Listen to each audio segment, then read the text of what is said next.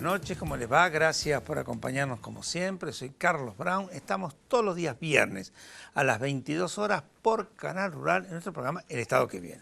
Bueno, siempre digo más o menos lo mismo en la introducción, en el sentido de qué característica tiene nuestro programa. Es un programa donde lo que tratamos es de charlar sobre temas que afligen a nuestros televidentes, que afligen en general a la comunidad argentina, porque son realmente preocupantes.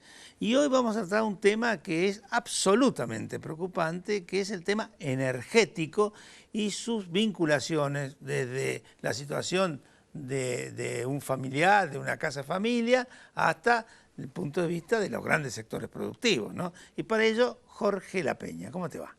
Muy bien, muchas gracias. No, gracias a vos por venir. Bueno, Jorge La Peña es actualmente presidente del Instituto Mosconi y ha sido ex secretario de Energía y formás parte, sos integrante del grupo de los 8, un grupo que ha sido muy reconocido porque han hecho análisis interesantísimos.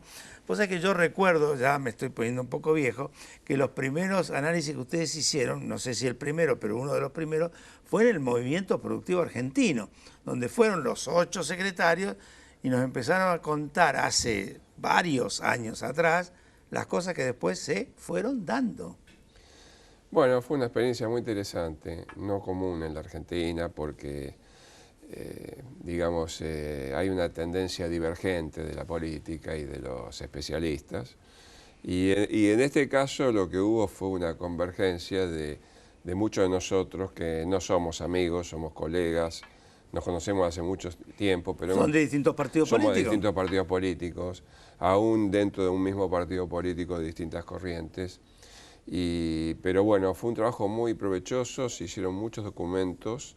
Esos documentos fueron muy difundidos por el periodismo y bueno, y en general hemos escrito un libro conjunto y en general no nos equivocamos en los diagnósticos que hicimos respecto a ciertas desviaciones que se habían dado, digamos, fundamentalmente en la época del kirchnerismo, ¿no? Sí. Bueno, ahora todo el mundo mira Vaca Muerta. Todo el mundo, el que conoce, el que no conoce, todo, miramos Vaca Muerta, ¿no? Y después nos asustamos por algunas cosas que aparecen. Primero, cuando sube el precio del combustible, nos asustamos todos. Y cuando dicen que se congela el precio del combustible, nos volvemos a asustar porque dicen que esto puede afectar el funcionamiento, las inversiones de Vaca Muerta y del sistema energético en general. ¿Es así? Bueno, en principio, mira, Vaca Muerta, vamos a decir esto. En la Argentina hay una grieta política tremenda entre lo que es el kirchnerismo y lo que es el no kirchnerismo. Esto no es nuevo. Sin embargo, si tomamos el tema Vaca Muerta en particular, yo no veo una diferencia, por lo menos conceptual, entre las dos partes de la grieta. Es decir, el kirchnerismo apostó fuertemente desde la nacionalización de YPF en adelante, o yo diría inclusive desde la época de Repsol, a Vaca Muerta como un futuro promisorio, y esa misma apuesta se fue redoblada desde el 2015 hasta este momento, y en este sentido yo veo una continuidad.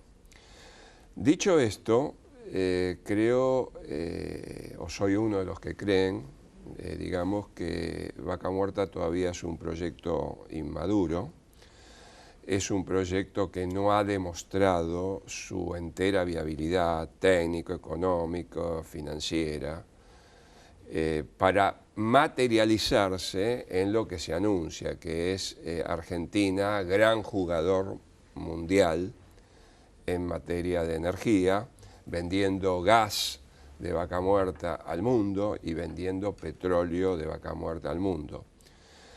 Esto todavía me parece que debe recorrer un camino técnico. Pero aparentemente, por datos y cifras que salen, ¿no?, los otros días en La Nación, si no recuerdo mal, salió un dato diciendo que había habido un incremento muy importante gracias a Vaca Muerta. ¿Esto se está dando o no es tan así? Bueno, digamos que se está dando. Ajá. Hay un incremento importante. tanto en la producción de petróleo como en la de gas. La reserva en realidad la más grande es la de gas, ¿no? Digamos, no. Es más grande la reserva de gas que la de petróleo, pero tengo que hacer una pequeña corrección. Sí. No son reservas. No, está bien. Las reservas son recursos que son cuantificados con muy poca probabilidad de error, es decir, saber cuánto hay, y pueden ser extraídos y producidos con los precios de mercado actuales. Eso sería una reserva. Lo que no es reserva y que tiene una imprecisión, o bien en cantidad, o una imprecisión, bien en economía, es un recurso. Un recurso, correcto. Entonces, esta es la diferencia, que lo que no somos técnicos a veces entramos en confusión. Recurso por un lado, reserva por el otro. No me canso de decirlo, porque lo he escuchado y la política, lo hemos charlado, la política comete el error de confundir recursos que son potenciales. Es una recurso es una cosa muy amplia, reserva es más acotado. Reserva es acotado porque es producible. Correcto. Entonces, en este contexto de confusión entre recursos y reservas, se piensa que esos recursos podrían ser vendidos en el mundo y traer una catarata de dólares hacia la Argentina. Ahora veamos lo siguiente. Los recursos de petróleo son 10 veces más de los recursos de petróleo convencionales que tenemos. O sea, Vaca Muerta tiene mucho petróleo. Y los recursos de gas son aún mayores de los recursos convencionales. Es decir, los recursos son cuantiosos. Ahora, para producir el gas, el gobierno nacional da un subsidio del Tesoro que es equivalente a la mitad del precio que reciben las petroleras para producir el gas. Ese subsidio se da porque es indispensable, porque si no, no podrían hacerlo, ¿o cuál es la razón? Porque no lo podrían hacer con los precios que pagaría la demanda. Correcto. Dicho de otra forma, con los precios del mundo, que se determinan en el mercado mundial, el mercado más importante es el de los Estados Unidos, que están cerca de $3 el millón de BTU, la Argentina no puede colocar ningún metro cúbico de gas en el mundo porque nadie se lo compraría, porque no puede llegar a ese precio. Una Argentina que paga internamente. El subsidiar tiene para el Estado la ventaja de obtener otros beneficios, supongo yo, o el subsidio se pierde como tal. Bueno, el subsidio se da con dinero que el Tesoro no tiene. Por eso el Tesoro ha ido a buscar, o la Argentina ha ido a buscar, el préstamo más grande que ha dado el Fondo Monetario Internacional en toda su historia. Entonces, un país... ¿Ese préstamo del Fondo Monetario Internacional está relacionado también con Vaca Muerta? No directamente con Vaca Muerta, pero Argentina tiene un tesoro en déficit, no un tesoro en superávit. Si lo tuviera en superávit, bueno, podemos alocar ese superávit a diversos proyectos sociales o económicos que el país tenga. Ahora, cuando nosotros tenemos déficit, no podemos alocar nada. En este sentido, pensar un gas de Vaca Muerta basado en subsidios para vender al mundo no tiene sentido. No tiene sentido. Jorge, déjalo ahí porque me piden un corte, pero lo seguimos inmediatamente. Adelante, señor director.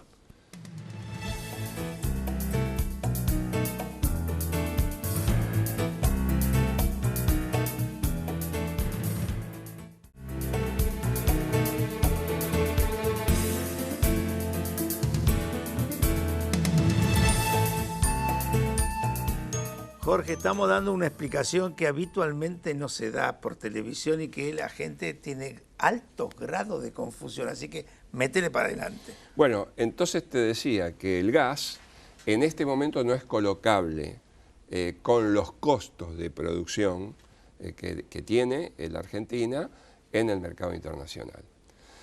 En el caso del petróleo no ocurre esto. El petróleo sí sería colocable porque en este momento no demanda subsidios. Entonces yo tengo una... Pero tiene una pequeña acotación. Pero el gas, desde el punto de vista del mercado interno nuestro, es una ventaja, sí. En cuanto al precio, sí. No, la Argentina tiene un gas caro. Ajá. Entonces, para la Argentina, el gas en los precios que se vende es, digamos, una desventaja competitiva. La Argentina ya superó las épocas del siglo pasado, los últimos 20 o 30 años del siglo pasado, y más, en que el gas era muy barato y entonces era una ventaja comparativa para la industria argentina. El gas argentino, al ser de menor precio y de menor costo de extracción, fundamentalmente el gas de Loma de la Lata, etcétera, era un aliciente a la competitividad. Y eso no lo tenemos porque el de Vaca Muerta es más costoso. Caro, es más caro. Por el tipo por la intensidad de capital que requiere la explotación de ese yacimiento y por el costo de la extracción en sí misma, las fracturas y todo ese tipo de cosas. Un pozo convencional, el gas es urgente. Uno hace el pozo y surge el otro gas. hay que romper. En el otro hay que destruir prácticamente la parte del yacimiento en el cual el gas está retenido, porque si no, no fluiría por la cañería, digamos, ¿no? Bueno, en el caso del petróleo esto no existe y el petróleo sí es colocable en el mundo y el mundo lo puede pagar a lo que el precio vale. Entonces, tengo una visión positiva, muy positiva en el caso de la producción de petróleo de Vaca Muerta, que es el menor recurso, y por ahora cautelosa en el gas. Ahora, dicho esto, es decir, creo que es un proyecto que todavía tiene que madurar y tiene que transparentarse y tiene que mostrar sus economics y ese tipo de cosas para que todos hagamos cálculos realistas. Ahora, dicho esto, el presidente Macri tomó una decisión muy importante en su gobierno hace unos días, a raíz de la devaluación súbita que hubo del peso argentino. El dólar subió un 30%.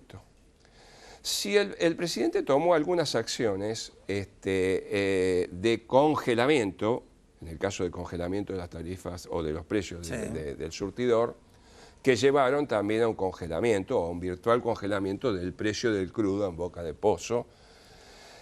Y esto provocó un tembladeral y una discusión extraordinaria fundamentalmente en torno a Vaca Muerta. Los petroleros privados salieron a decir que se paraban las inversiones y que había que echar gente. Y esto en sí es un toque de atención extraordinario, porque ante una medida tomada por un gobernante prudente en una situación en la cual toda la economía tembló, así es. Esto fue discutido por los actores diciendo que esto desmoronaba el proyecto. ¿Está bien lo que ellos dicen? Si está bien, si estuviera bien, quiere decir que el proyecto es inmaduro, porque si por un congelamiento de 90 días extraordinario, tal cual lo explicó el presidente, que si no lo hubiera hecho hubiéramos tenido una especie de Rodrigazo, acordate, en el año 75 cuando a Celestino Rodrigo pasó de la noche a la mañana en un incremento de la nafta que enloqueció a la Argentina. Entonces el presidente fue prudente, hizo un congelamiento en beneficio de todos, de 90 días. Si esto puso en duda a Vaca Muerta, no estamos como para decir que la Argentina puede ser un jugador de jerarquía mundial, por lo menos en el futuro cercano. Supongamos los 90 días, ¿no? Pasados los 90 días, y a lo mejor hay otro gobierno o este gobierno, eso se verá. ¿Qué va a suceder entonces? Bueno, el presidente fue prudente. En 90 días hay un solo gobierno, que es el de Macri. O sea, Macri hizo un congelamiento. Claro, tenés razón. Que termina esos 90 días termina dentro de su gobierno. De su gobierno. Perdón. En ese momento cesa el congelamiento y los precios tienen que seguir el ritmo, digamos... Pero si el dólar sigue alto, bueno, entonces, puede haber esa explosión que vos hacías referencia. Bueno, acá viene, me lo han preguntado otras veces, ¿Qué va a pasar el día 91? No lo puedo contestar, porque no sé cuánto va a valer el dólar. Si el dólar en el día 91... Bajar nunca baja, ¿eh? Si el dólar en el día 91 estuviera, por decir algo, a 53 pesos, te diría que salir de este congelamiento es algo simple. Juego de niños. Si el dólar estuviera a 100 o a 110, puede pasar cualquier cosa. Pero eso no lo podemos saber porque el presidente toma esta acción prudentemente para evitar ese mal mayor. ¿Qué le pasó a Celestino Rodrigo, insisto, cuando pasó sin anestesia ese aumento brutal? Enloqueció a toda la economía. Él acá aplica un freno por una emergencia, que no es una cosa que se le ocurrió. China devaluó 6% el yuan y provocó una hecatombe. Sí. 30% es mucho más que una hecatombe. Es más que un tsunami. Entonces me parece que acá se abrió una especie de caja de Pandora en la cual una vez que se abre salen los demonios y los demonios tienen vida propia. Respecto a este proyecto. Jorge, hacemos este corte y ya tenemos el último bloque, lo terminamos de analizar. ¿Y sabes qué? ¿Qué va a pasar si gana Alberto Fernández con sus declaraciones? Adelante, señor director.